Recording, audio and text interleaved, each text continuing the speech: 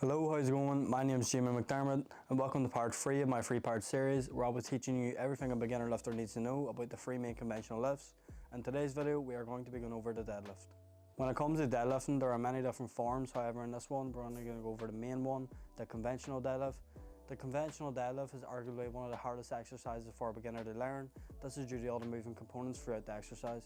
So when it comes to setting up the deadlift, your starting position is of course on the ground.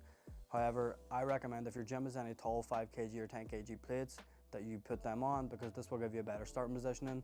Or if you feel confident, you can put on a 20kg plate on each side. This is all for starting positioning, because without this, the bar will flatten the ground and you will have to overextend, which will cause you a lot of discomfort and ruin your form. The next step is of course feet placement. When you walk up to the bar, you should aim to have the bar halfway over your foot. If you're wearing shoes, you should aim to have the bar halfway over your shoelaces. And your feet should be about waist width apart or slightly wider depending on your preference. Just make sure you don't go too wide, because then you will be switching from conventional to a sumo deadlift. Now to the important part, keeping your back straight. Keeping your back straight in any variation of deadlift is essential, as the neutral spine will help you avoid any unnecessary injuries. First, you must bend down, but do not bend down like you normally would. The way you want to bend down is by pushing your hips back until you can reach the bar. The next step to keeping a neutral spine is by retracting your lats, which you can do by twisting the bar back towards you, then this engages your lats. The next step is by keeping your chest up, and with all these steps you should have a straight back and you're ready to lift the bar. When lifting the bar, a common misconception is pulling the bar with your arms. Your arms are simply just to hold the bar. You're pushing the weight off the ground with your legs and your spinal erectors. A common method that people use is to imagine you are pushing the ground away from you. When you get to the top of the movement, you need to lock out. Locking out is simply standing up straight with your shoulders back. Another common mistake is people dropping the bar at the top of the rep. This is not good, as you are cutting the time under tension by at least half, and the exercise will benefit you less.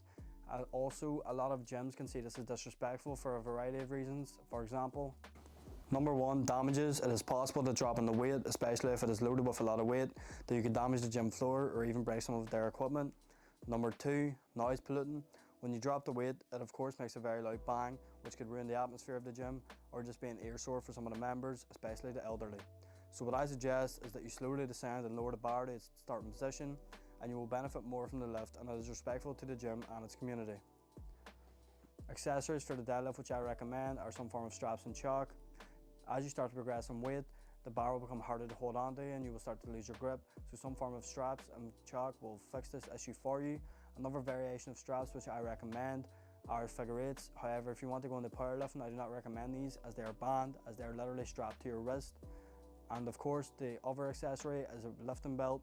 And the same with the other 2 exercises. The lifting belt is just something to brace against, and they are especially essential in deadlifting as you progress in weight.